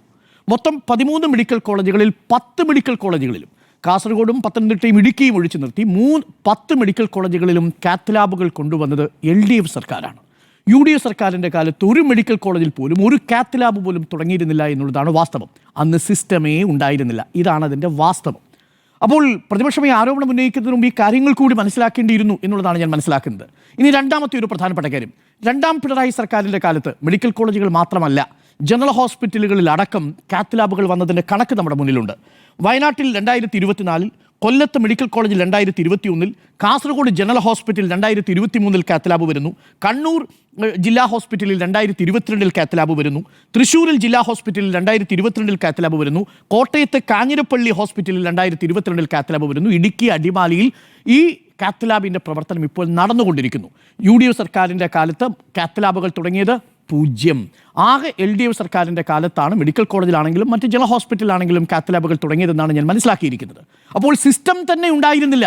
ഹൃദയ സംബന്ധമായ സർജറി നടത്താൻ വേണ്ടി വരുന്ന രോഗികൾക്ക് കാര്യമായി മെഡിക്കൽ കോളേജിൽ ചികിത്സ കൊടുക്കാനുള്ള സംവിധാനം തന്നെ ഉണ്ടായിരുന്നില്ല എന്നുള്ളതാണ് ഞാൻ മനസ്സിലാക്കുന്നത്. ഇനി തിരുവനന്തപുരം മെഡിക്കൽ കോളേജിലേക്ക് വന്നാൽ അവിടെ സിസ്റ്റം യഥാർത്ഥത്തിൽ തകരാറാണോ? നമുക്ക് 3 ആസ്പെക്റ്റ് എടുക്കാം. ഒന്ന്, അവിടെ വേണ്ടത്ര ലാബ് സംവിധാനമുണ്ടോ? തിരുവനന്തപുരത്ത് 2 കാത്ത് ലാബുകൾ ഇപ്പോൾ പ്രവർത്തിക്കുന്നു. 3ാമത്തത് പ്രവർത്തനക്ഷമമാകാൻ പോകുന്നു. അത് നവീകരിച്ച് 3ാമത്തത് അറ്റോമിക് എനർജി കമ്മീഷൻ്റെ ആണ് തോന്നുന്നു. അവരുടെ അനുവാദം വേണം. കാര്യം അതിനകത്ത് റേഡിയോളജിക്കൽ സബ്സ്റ്റൻസ് ഉള്ളത് കൊണ്ട് തന്നെ അത് അംഗീകാരം കിട്ടി. അടുത്ത ചൊവ്വാഴ്ച 3ാമത്തെ കാത്ത് ലാബ് ഉദ്ഘാടനം ചെയ്യാൻ പോവാണ് തിരുവനന്തപുരത്ത്. എത്ര സർജറിയാണ് അവിടെ ഒരു ദിവസം നടന്നിരുന്നതെന്നറിയാമോ? ഇത് നവീകരിക്കുന്നതിന് മുൻപ് എനിക്കൊന്ന് 20ഓളം പെർ ഡേ, ഓൺ ആവറേജ് 20ഓളം ആൻജിയോഗ്രാം ആൻജിയോപ്ലാസ്റ്റികൾ നടന്നിരുന്ന ഒരു മെഡിക്കൽ കോളേജാണ് തിരുവനന്തപുരം. അവിടെയാണ് ഇപ്പോൾ 16ഓളം ശരാശരി ഒരു മാസം 16ഓളം ആൻജിയോഗ്രാം ആൻജിയോപ്ലാസ്റ്റി നടക്കുന്ന ഒരു 24 hours പ്രവർത്തിക്കുന്ന കാത്ത് ലാബാണ് തിരുവനന്തപുരം മെഡിക്കൽ കോളേജിലുള്ളത്. അപ്പോൾ തിരുവനന്തപുരത്ത് ശസ്ത്രക്രിയകൾ നടക്കുന്നില്ല എന്ന് പറയാൻ കഴിയില്ല. അവിടെ ലാബ് പ്രവർത്തനക്ഷമമല്ല എന്ന് പറയാൻ കഴിയില്ല. 3 ഡോക്ടർമാരുടെ അഭാവമുണ്ടോ? അവിടെ 17 ഡോക്ടർമാരിൽ 4 പേര് പ്രൊഫസർമാരടക്കം 17 ഡോക്ടർമാരുണ്ട്. കേരളത്തിൽ ഏറ്റവും മികച്ച ഹൃദ്രോഗ വിദഗ്ധർ, ഇപ്പോൾ കോട്ടയത്തുള്ള ഡോക്ടറെ കുറിച്ച് നമ്മൾ എപ്പോഴും പറയും, കോട്ടയത്തുള്ള ജയകുമാർ ഡോക്ടർ ഏറ്റവും മിടുക്കനായ കേരളത്തിലെ മെഡിക്കൽ കോളേജിലെ ഒരു അധ്യാപകനാണ്, പ്രൊഫസറാണ്. അതേപോലെ തിരുവനന്തപുരത്ത് ഇപ്പോൾ ഡോക്ടർ മാത്യു വൈപ്പാണെങ്കിലും ഡോക്ടർ സിബു ആണെങ്കിലും ഇവരുടെയൊക്കെ യൂണിറ്റിൻ്റെ നേതൃത്വത്തിൽ പ്രവർത്തിക്കുന്ന സംവിധാനത്തെക്കുറിച്ച് ഇന്നേ വരെ ഒരു പരാതി നമ്മൾ കേട്ടിട്ടില്ല. മാത്രമല്ല അങ്ങേയറ്റം സത്യസന്ധരായിട്ടുള്ള ഡോക്ടർമാരാണ് ഈ തിരുവനന്തപുരം മെഡിക്കൽ കോളേജിൽ ഉള്ളത് എന്നുള്ളത് അവിടെ ചികിത്സ തേടിപ്പോകുന്ന മനുഷ്യർക്കെല്ലാം അറിയാവുന്ന വസ്തുതയാണ്. അപ്പോൾ അവിടെ ലാബിന് കുറവില്ല, അവിടെ ഡോക്ടർമാരുടെ എണ്ണത്തിൽ കുറവില്ല. ഇനി മരുന്നിന് കുറവുണ്ടോ? മരുന്നിന് കുറവില്ലെന്ന് മാത്രമല്ല, പ്രിയപ്പെട്ട വേണുവിന് ഈ ഹെപ്പാരിൻ എന്ന് പറയുന്ന മെഡിസിൻ അഡ്മിനിസ്റ്റർ ചെയ്തിട്ടുണ്ട് എന്ന് തന്നെയാണ് അവിടുത്തെ രേഖകളിൽ നമ്മൾ മനസ്സിലാക്കുന്നത്. അപ്പോൾ പ്രോട്ടോകോൾ പ്രകാരമുള്ള ചികിത്സ കൊടുത്തിട്ടുണ്ടോ? ഇനി അതാണ് മൂന്നാമത്തെ പ്രധാനപ്പെട്ട ചോദ്യം. അപ്പോൾ സിസ്റ്റം എറാവണമെങ്കിൽ ഇതൊക്കെയാണല്ലോ കാരണം. 1, ഡോക്ടർമാരുടെ ക്ഷാമം ഉണ്ടാവണം, അതവളില്ല. 2, അവിടുത്തെ സിസ്റ്റം എറാവണമെങ്കിൽ ലാബ് പ്രവർത്തനക്ഷമമല്ലാതിരിക്കണം, അങ്ങനെയുമില്ല. ലാബ് 100% പ്രവർത്തനക്ഷമമാണ്. മൂന്നാമത്തൊരു ലാബ് കൂടി ചൊവ്വാഴ്ച പ്രവർത്തനക്ഷമമാകും. മൂന്നാമത്തെ പ്രധാനപ്പെട്ട കാര്യം, പ്രോട്ടോകോൾ യഥാർത്ഥത്തിൽ പാലിച്ചിട്ടുണ്ടോ? അതാണല്ലോ നമ്മൾ നോക്കേണ്ടത്. ഇവിടെ പ്രോട്ടോകോൾ കൃത്യമായി പാലിച്ചു എന്ന് തന്നെയാണ് കാർഡിയോളജി വിദഗ്ധന്മാർ പറയുന്നത്. നമ്മൾ തന്നെ നടത്തിയൊരു അന്വേഷണത്തിൽ നമുക്ക് നേരിട്ട് ബോധ്യപ്പെട്ട ഒരു കാര്യമുണ്ട്. എന്താണ് നേരിട്ട് ബോധ്യപ്പെട്ട കാര്യം? ഈ പ്രോട്ടോകോൾ എങ്ങനെയാണ് ഇത് പാലിക്കേണ്ടത്? അതിനെക്കുറിച്ച് സാങ്കേതികമായി നമുക്ക് അധികം ജ്ഞാനമില്ലാത്തത് കൊണ്ട് നമ്മൾ വിദഗ്ധരോട് ചോദിച്ചു മനസ്സിലാക്കിയപ്പോൾ പറഞ്ഞൊരു കാര്യമുണ്ട്. ഈ ആൻജിയോഗ്രാമും ആൻജിയോപ്ലാസ്റ്റിയും ചെയ്യുന്നതിനുള്ള പ്രോട്ടോകോൾ സ്വാഭാവികമായിട്ടും ഡോക്ടർമാർ അഡോപ്റ്റ് ചെയ്യുന്നത് ഇങ്ങനെയായിട്ടാണ് ഞാൻ മനസ്സിലാക്കുന്നത്. 1, ആദ്യം ഈ രോഗി അവിടെ എത്തിക്കഴിഞ്ഞാൽ രോഗിയുടെ സമ്മതം വാങ്ങണം. രോഗിയുടെ സമ്മതം വാങ്ങിയതിനു ശേഷം ആൻറ്റി പ്ലേറ്റ്ലെറ്റ് മരുന്നുകൾ അഡ്മിനിസ്റ്റർ ചെയ്യും. അതിനുശേഷം റേഡിയൽ ആർട്ടറി വഴി അത് ആക്സസ് ചെയ്യും. അത് കഴിഞ്ഞ് സ്പെഷ്യൽ കത്തീറ്റർ ഉപയോഗിച്ചുകൊണ്ട് ആൻജിയോ പരിശോധന നടത്തും. അത് കഴിഞ്ഞതിന് ശേഷം ബ്ലോക്ക് ഉണ്ടെങ്കിൽ ആൻജിയോപ്ലാസ്റ്റിയിലേക്ക് കടക്കും, സ്റ്റെൻഡ് ചെയ്യും. ഇത്രയുമാണ് ചെയ്യുക. അപ്പോൾ ഒരു രോഗി മെഡിക്കൽ കോളേജിൻ്റെ വാതിൽക്കലെത്തി അവിടെ നിന്ന് ഈ ആൻജിയോപ്ലാസ്റ്റി ചെയ്ത് സ്റ്റെൻഡ് ഇട്ട് തിരിച്ചു മടങ്ങുന്നത് വരെയുള്ള, അല്ലെങ്കിൽ അതിലുള്ള ആൻജിയോഗ്രാം ചെയ്യുന്നത് വരെയുള്ള സമയം എന്ന് പറയുന്നത് ഒരു 90 മിനിറ്റിനുള്ളിൽ ഇത് ചെയ്യണമെന്നുള്ളതാണ് സാധാരണ ഡോക്ടർമാർ നിഷ്കർഷിക്കാറുള്ളത്. അതായത് ഹൃദയസ്തംഭനം ഉണ്ടായി നിങ്ങൾ ഒരു രോഗിയെ തൊട്ടടുത്ത ആശുപത്രിയിൽ എത്തിച്ചു കഴിഞ്ഞാൽ ആൻജിയോഗ്രാം മുതൽ ആൻജിയോപ്ലാസ്റ്റി വരെയുള്ള സമയത്തിൽ മറ്റ് കണ്ടീഷൻസ് ഉണ്ട്. എന്താ കണ്ടീഷൻസ്? അദ്ദേഹത്തിൻ്റെ മറ്റാരോഗ്യനില, അനുബന്ധമായിട്ടുള്ള ഈ കോമോർബിഡിറ്റി എന്നൊക്കെ നമ്മൾ പറയുന്ന പോലെ അനുബന്ധമായിട്ട് മറ്റേതെങ്കിലും രോഗലക്ഷണങ്ങളുണ്ട്, ഇതെല്ലാം പരിശോധിക്കപ്പെടേണ്ടതാണ്. ഇനി വേണുവിൻ്റെ കാര്യത്തിൽ എന്താ സംഭവിച്ചത് എന്ന് നമുക്ക് വളരെ കൃത്യമായി ഒന്ന് മനസ്സിലാക്കി വരാം. വേണു 31-ാം തീയതി, വേണുവിൻ്റെ ബാക്ക് മെഡിക്കൽ ഹിസ്റ്ററി കൂടി നമ്മൾ പറഞ്ഞു പോകണം. വേണുവിന് 3-ലധികം തവണ പക്ഷാഘാതം വന്നു എന്നാണ് മനസ്സിലാക്കുന്നത്. മൾട്ടിപ്പിൾ സ്ട്രോക്ക് ഉണ്ടായ ഒരു പേഷ്യൻ്റാണ്. മൾട്ടിപ്പിൾ സ്ട്രോക്ക് ഉണ്ടായ ഒരു പേഷ്യൻറ്റിന് പെട്ടെന്നൊരു കാർഡിയാക് അറസ്റ്റ് വരികയും ആ കാർഡിയാക് അറസ്റ്റ്, അദ്ദേഹത്തിന് ഹൈ പ്രഷറുണ്ട്, അദ്ദേഹം മെഡിസിൻ കഴിച്ചുകൊണ്ടിരിക്കുന്നയാളാണ്, പക്ഷാഘാതത്തിൻ്റെ പേരിൽ മെഡിസിൻ കഴിച്ചുകൊണ്ടിരിക്കുന്നയാളാണ്. അദ്ദേഹത്തെ ചവറ ഹോസ്പിറ്റലിലേക്ക് കൊണ്ടുപോകുന്നു. ചവറ ഹോസ്പിറ്റൽ പ്രാഥമികാരോഗ്യ കേന്ദ്രമാണ്, അവിടെ ഇതിനുള്ള സജ്ജീകരണങ്ങളില്ല. അതിനുശേഷം കൊല്ലം ജനറൽ ഹോസ്പിറ്റലിലേക്ക് കൊണ്ടുപോകുന്നു. അവിടെ കാത്ത് ലാബ് ഉണ്ട്, പക്ഷേ അവിടെ എന്താണ് ആൻജിയോഗ്രാം ചെയ്യാതിരുന്ന കാര്യം, ഈ മൾട്ടിപ്പിൾ സ്ട്രോക്ക് വന്നയാളായതുകൊണ്ട് തന്നെ അത് റിസ്ക് ആണ് എന്നവർക്ക് ബോധ്യമായി. കാരണം നോക്കിയപ്പോൾ ഈ ക്രിയാറ്റിൻ്റെ അളവടക്കം അവിടെ കൂടുതലായിരുന്നു എന്നാണ് ഞാൻ മനസ്സിലാക്കുന്നത്. കേട്ടറിവ് മാത്രമാണ്, നേരിട്ട് ഡോക്ടർമാർ വേണ്ടി സംസാരിച്ചിട്ടില്ല. പക്ഷേ കൊല്ലത്ത് വളരെ പെട്ടെന്ന് തന്നെ മെഡിക്കൽ കോളേജിലേക്ക് കൊണ്ടുപോകാൻ പറയുന്നു. റിസ്ക് കണ്ടീഷനാണ്, കാരണം ഇദ്ദേഹത്തിൻ്റെ മെഡിക്കൽ ഹിസ്റ്ററി അത്ര ക്ലിയർ അല്ലാത്തത് കൊണ്ട് തന്നെ അതിൽ പക്ഷാഘാതത്തിൻ്റെ എലമെൻറ്റ് കണ്ടതുകൊണ്ട് തന്നെ തിരിച്ചു കൊണ്ടുപോകാൻ മെഡിക്കൽ കോളേജിലേക്ക് കൊണ്ടുപോകാൻ പറയുന്നു. മെഡിക്കൽ കോളേജിൽ 31-ാം തീയതി സ്ട്രോക്ക് വന്ന 31-ാം തീയതി കാർഡിയാക് അറസ്റ്റ് സംഭവിച്ച വേണുവിനെ മെഡിക്കൽ കോളേജിലേക്ക് കൊണ്ടുപോവാണ്. മെഡിക്കൽ കോളേജിൽ എത്തുന്നു. മെഡിക്കൽ കോളേജിൽ 1-ാം തീയതി വൈകുന്നേരം 7 മണിക്കോ മറ്റോ ആണ് എത്തുന്നത്. 1-ാം തീയതി വൈകുന്നേരം 7 മണിക്ക് മെഡിക്കൽ കോളേജിൽ എത്തുന്നു. അപ്പോഴേക്കും 24 മണിക്കൂർ പിന്നിട്ടിരുന്നു. നേരിട്ട് പ്രവേശിപ്പിക്കുന്നത് കാഷ്വാലിറ്റിയിലേക്ക് കൊണ്ടുപോകുന്നു. കാഷ്വാലിറ്റിയിൽ നിന്ന് എമർജൻസി മെഡിസിനിലേക്ക് കൊണ്ടുപോകുന്നു. എമർജൻസി മെഡിസിനിൽ എത്തിയതിനു ശേഷം കാർഡിയോളജി വിദഗ്ധൻ തന്നെ വന്ന് നേരിട്ട് പരിശോധിക്കുന്നു. ECG എടുത്തു, എല്ലാവിധമായിട്ടുള്ള പരിശോധനകൾ നടത്തി. ക്രിയാറ്റിൻ്റെ ലെവൽ കൂടുതലാണ്. ക്രിയാറ്റിൻ ലെവൽ കൂടി ഉയർന്നിരിക്കുന്ന കിഡ്നിയുടെ പ്രവർത്തനം തകരാറിലാണ്, അഥവാ അതിന് ചില ബുദ്ധിമുട്ടുകളുണ്ടെന്ന് മനസ്സിലാക്കിയ ഡോക്ടർമാർ ആൻജിയോഗ്രാം നിർദ്ദേശിക്കില്ല. അതാണ് പ്രോട്ടോകോൾ. മാത്രമല്ല, ഞാൻ നേരത്തെ സൂചിപ്പിച്ച ആ പ്രോട്ടോകോളിൻ്റെ സമയം കഴിഞ്ഞു പോകുന്നത് കൊണ്ട് അടുത്ത ഓപ്ഷനിലേക്ക് അവർ പോകുന്നു. അത് മെഡിസിൻ അഡ്മിനിസ്റ്റർ ചെയ്യുക എന്നുള്ളതാണ്. അങ്ങനെ ഹെപ്പാരിൻ മെഡിസിൻ അഡ്മിനിസ്റ്റർ ചെയ്യുന്നു. ആ സമയത്ത് എമർജൻസി മെഡിസിൻ അഡ്മിറ്റ് ചെയ്യുമ്പോൾ മെഡിക്കൽ കോളേജിൽ പോയി എല്ലാവർക്കും അറിയാം, അവിടെ എത്തുന്ന രോഗികളുടെ അത്ര സംവിധാനം ഒരു മെഡിക്കൽ കോളേജിലും ഇല്ല. അത് ഇതുവരെയും സാധ്യമായിട്ടില്ല. അങ്ങനൊരു സാധ്യതയിലേക്കാണ് നമ്മൾ വളരേണ്ടത് എന്നുള്ളത് വാസ്തവമാണ്. പക്ഷേ അവിടെ മെഡിക്കൽ കോളേജിൻ്റെ എമർജൻസി മെഡിസിൻ്റെ വാർഡിൽ, ആ 28-ാമത്തെ വാർഡിൽ പോകുന്ന സമയത്ത് അവിടെ ഇപ്പോൾ പോയാലും നിങ്ങൾക്ക് കാണാം, അവിടെ തറയിൽ പേഷ്യൻസ് ഇരിപ്പുണ്ടാവും, തറയിൽ പേഷ്യൻസ് കിടപ്പുണ്ടാവും. കാരണം അതെന്താ? അത് അഡ്മിറ്റ് ചെയ്യുന്നതിന് തൊട്ട് മുമ്പുള്ള അഡ്മിഷൻ വാർഡാണ്. ആ അഡ്മിഷൻ വാർഡിൽ നിന്നാണ് നിങ്ങൾ സ്പെഷ്യലൈസ്ഡ് ബ്ലോക്കുകളിലേക്ക് പോകുന്നത്. അതായത് 1-ാം തീയതി മെഡിക്കൽ കോളേജിൻ്റെ അഡ്മിഷൻ വാർഡിലേക്ക് പോകുമ്പോൾ വേണുവിനെ പോലെയുള്ള ബുദ്ധിമുട്ട് അനുഭവിക്കുന്ന രോഗികളും 28-ാമത്തെ വാർഡിലുണ്ട്. ആ ദിവസം അദ്ദേഹത്തിന് ബെഡ് കിട്ടിയില്ല എന്ന വാദം ശരിയാണ്, 100% ശരിയാണ്. കാരണം അവിടെ ഏത് സമയത്ത് പോയാലും അതാണ് അവസ്ഥ. കാരണം അത്രയും അധികം രോഗികൾ ഈ എമർജൻസി മെഡിസിൻ്റെ അഡ്മിഷൻ വാർഡിൽ എത്തുന്നു എന്നതാണ് വാസ്തവം. അവിടെ നിന്നും 2-ാം തീയതി കാർഡിയോളജി ഡിപ്പാർട്ട്മെന്റിലേക്ക് കൊണ്ടുപോകുന്നുണ്ട്. കാർഡിയോളജി ഡിപ്പാർട്ട്മെന്റിലേക്ക് കൊണ്ടുപോകുമ്പോൾ ബെഡ് കിട്ടുന്നുണ്ട്, ഈ ഹെപ്പാരിൻ എന്ന മെഡിസിൻ കൊടുക്കുന്നുണ്ട്. ഈ വിവരം ബന്ധുക്കളെ അറിയിച്ചിരുന്നുവെന്ന് ഡോക്ടർ സിബുവിൻ്റെ യൂണിറ്റാണ് ഇവിടെ ഈ പരിശോധന നടത്തിയതെന്നാണ് ഞാൻ മനസ്സിലാക്കുന്നത്. അദ്ദേഹത്തുമായി ബന്ധപ്പെട്ട ഡോക്ടർമാരും പറയുന്നുണ്ട്. അതിനുശേഷം 3, 4, 5 ഈ 3-4 ദിവസങ്ങളിൽ ഇദ്ദേഹത്തിന് കാര്യമായ ബുദ്ധിമുട്ടുകൾ അനുഭവപ്പെടുന്നില്ല. 5-ാം തീയതി ഇദ്ദേഹത്തിന് സംഭവിക്കുന്നത് എന്താണ്? മൾട്ടിപ്പിൾ സ്ട്രോക്കാണ് അനുഭവപ്പെടുന്നത്. 1-ലധികം തവണ ഹൃദയാഘാതം സംഭവിക്കുന്നു. മൾട്ടിപ്പിൾ കാർഡിയാക് അറസ്റ്റ് സംഭവിച്ച ഈ വേണുവിനെ വളരെ പെട്ടെന്ന് ICUയിലേക്ക് കൊണ്ടുപോകുന്നു, വെന്റിലേറ്റർ ട്രീറ്റ്മെൻറ്റ് കൊടുക്കുന്നു. പക്ഷേ നിർഭാഗ്യവശാൽ വേണുവിന് രക്ഷിക്കാൻ കഴിയുന്നില്ല. ഇതാണ് യഥാർത്ഥത്തിൽ അവിടെ സംഭവിച്ചിരിക്കുന്നത്. അപ്പോൾ മെഡിക്കൽ പ്രോട്ടോകോൾ പ്രകാരമല്ലാത്ത ആൻജിയോഗ്രാം ചെയ്യണമെന്നാണോ നമ്മൾ പറയുന്നത്? അങ്ങനെ ചെയ്യാൻ ഏതെങ്കിലും ഡോക്ടർ തയ്യാറാകില്ല എന്നുള്ളതാണ് ഞാൻ മനസ്സിലാക്കുന്നത്. എന്നാൽ അതേസമയം ഈ വാക്കുകളെ ഇതൊരു മരണമൊഴിയായി തന്നെയാണ് നമ്മൾ അന്ന് സംപ്രേഷണം ചെയ്തത്. മരണത്തിന് തൊട്ട് മുമ്പ് അത്രയും പാനിക്കോട് കൂടിയാണ് പറയുന്നത്. നിർഭാഗ്യവശാൽ ആ മരണം സംഭവിച്ചിരിക്കുന്നു. ഇനി നേരത്തെ സുനിൽ പറഞ്ഞൊരു കാര്യത്തിലേക്കാണ്. ഈ കാര്യങ്ങളെല്ലാം വളരെ വ്യക്തമായി നമ്മൾ അവരോട് പറഞ്ഞ് ബോധ്യപ്പെടുത്തി കൊടുക്കുക എന്നൊരു PR എക്സസൈസ് ഉണ്ട്. ആ PR എക്സസൈസ് മെഡിക്കൽ കോളേജുകളിൽ പലയിടത്തും നടക്കുന്നില്ല എന്നുള്ളത് വാസ്തവം തന്നെയാണ്. കാര്യം രോഗികളോട് ഡോക്ടർമാർക്ക് വലിയ തിരക്കുണ്ട്. ഏതെങ്കിലും തരത്തിൽ ഡോക്ടർമാർ ഉപേക്ഷിച്ചു എന്ന് ഞാൻ കരുതുന്നില്ല, നഴ്സുമാർ ഉപേക്ഷിച്ചു എന്ന് കരുതുന്നില്ല. അങ്ങനെ ഒരു അഭിപ്രായം അവിടെ ഉണ്ടാവാനുള്ള സാധ്യതയുമില്ല. പകരം യൂണിഫോം ഇട്ട ചിലരോട് പറഞ്ഞു, അതങ്ങനെയാണ്, നമുക്കറിയാമല്ലോ. ധാരാളം മനുഷ്യർ പോകുമ്പോൾ അവരെ ടേക്ക് കെയർ ചെയ്യുന്നില്ല, ഇതൊരു തോന്നലൊക്കെ സ്വാഭാവികമായിട്ടുണ്ടാവുന്നതാണ്. പക്ഷേ അവിടെ നിർഭാഗ്യവശാൽ ഇദ്ദേഹത്തിന് സംഭവിച്ചത് ആ മെഡിക്കൽ ഹിസ്റ്ററിയും കൂടെ റിലേറ്റ് ചെയ്യുമ്പോൾ ഇത് ഇത്രയും ഞാൻ വിശദമായി പറഞ്ഞതിന്റെ കാരണം തെറ്റിദ്ധാരണ ഉണ്ടാവാതിരിക്കാൻ വേണ്ടി ഏറ്റവും നന്നായി തെറ്റിദ്ധാരണ എന്ന് പറഞ്ഞാൽ അങ്ങയുടെ അഭിപ്രായം അതുകൊണ്ടാണ് പറഞ്ഞത്. ഞാൻ പറഞ്ഞ തെറ്റാണെന്നും തെറ്റിദ്ധാരണ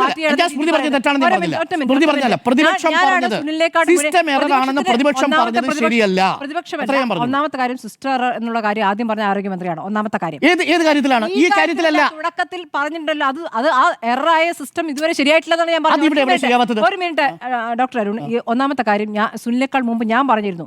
അതായത് കമ്മ്യൂണിക്കേഷൻ നടന്നിട്ടില്ല എന്നുള്ള പ്രധാനപ്പെട്ട കാര്യമാണ്. അതൊരു ചെറിയ കാര്യമല്ല. രണ്ടാമത്തെ കാര്യം, മരിച്ചയാൾ മരിക്കുന്ന ദിവസം പകലാണ് സുഹൃത്തിന് ഈ ശബ്ദ സന്ദേശം അയക്കുന്നത്. അയാൾക്ക് കിട്ടുന്ന ചികിത്സയെക്കുറിച്ച് ഒരു ബോധ്യപ്പെടൽ ഉണ്ടായിരുന്നുവെങ്കിൽ ഈ പറയുന്ന ആൻജിയോഗ്രാം ചെയ്യാൻ പറ്റാത്ത അവസ്ഥയാണെന്ന് അദ്ദേഹത്തെ ബോധ്യപ്പെടുത്തിയിരുന്നെങ്കിൽ അദ്ദേഹം ഇത് പറയില്ലെന്നേ. അദ്ദേഹത്തോട് റൂഡായിട്ടും മോശമായിട്ടും നായയെ നോക്കുന്ന കണ്ണുകൊണ്ട് എന്ന് പറയുന്ന വെറുതെയല്ല ഒരു മനുഷ്യൻ അനുഭവിക്കുന്നതാണ്. ഇതിലൊന്നും രാഷ്ട്രീയ പാർട്ടികളുടെ പ്രതികരണങ്ങളിലേക്കല്ല പോകേണ്ടത്. ഈ മരിച്ച ആളും ആ കുടുംബവും അനുഭവിക്കുന്ന കാര്യമുണ്ട്. അതിനോട് നമ്മൾ കുറച്ചുകൂടി മനുഷ്യത്വത്തോട് അല്ലല്ല. അപ്പോൾ മെഡിക്കൽ കോളേജിലെ സംവിധാനങ്ങളുടെ എണ്ണം പറയുകയും ഇത്ര അന്നത്തെ കാലത്തില്ല ഇന്നത്തെ കാലത്തുണ്ട് എന്ന എണ്ണം എടുക്കുകയും ഇതാണ് ഒരു മിനിറ്റ്. ആരോഗ്യമന്ത്രി കെട്ടിടം വീണപ്പോഴും പറഞ്ഞത് ഇതാണ്. കാലത്തെ കെട്ടിടത്തിന്റെ കണക്ക് പറയുന്നു, ഞങ്ങളുടെ കാലത്തെ കണക്ക് പറയുന്നു. ഈ കണക്കല്ല ഇവിടെ വേണ്ടത്. വസ്തുതകൾ പറയുമ്പോൾ കണക്ക് വേണ്ടെന്ന് അല്ല, ഇവിടെ കണക്കല്ല. ഇവിടെ മനുഷ്യത്വത്തോടു കൂടി ഒരു മനുഷ്യൻ മരിക്കുമ്പോൾ ആ കുടുംബം ആ വിഷമം പറയുമ്പോൾ ആ മരിച്ചയാൾ മരണമൊഴി നൽകുമ്പോൾ അതിനോടാണ് നമ്മൾ അല്ലാതെ മെഡിക്കൽ കോളേജ് സംവിധാനം ഉയർന്നോ ഇല്ലേ എന്നുള്ളതല്ല. ഒന്നാമത് മെഡിക്കൽ കോളേജ് ഡോക്ടർമാരെ ആരും ഇവിടെ മുഴുവൻ കുറ്റപ്പെടുത്തുന്നില്ല.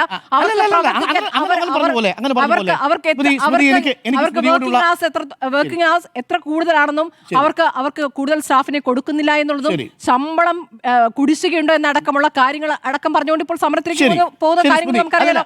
അതുകൂടി പരിഗണിച്ചുകൊണ്ടാണ് ഞാൻ പറയുന്നത്. എന്റെ ചോദ്യം ഇതാണ്. ഒരു മെഡിക്കൽ കോളേജിലെ കാത്ത് ലാബുള്ള ഒരു മെഡിക്കൽ കോളേജിലെ കാർഡിയോളജി വിഭാഗത്തിന്റെ സിസ്റ്റം എറർ ആണെന്ന് സ്മൃതി പറഞ്ഞത് എന്തുകൊണ്ടാണ്? എനിക്ക് മനസ്സിലാവുന്നില്ല.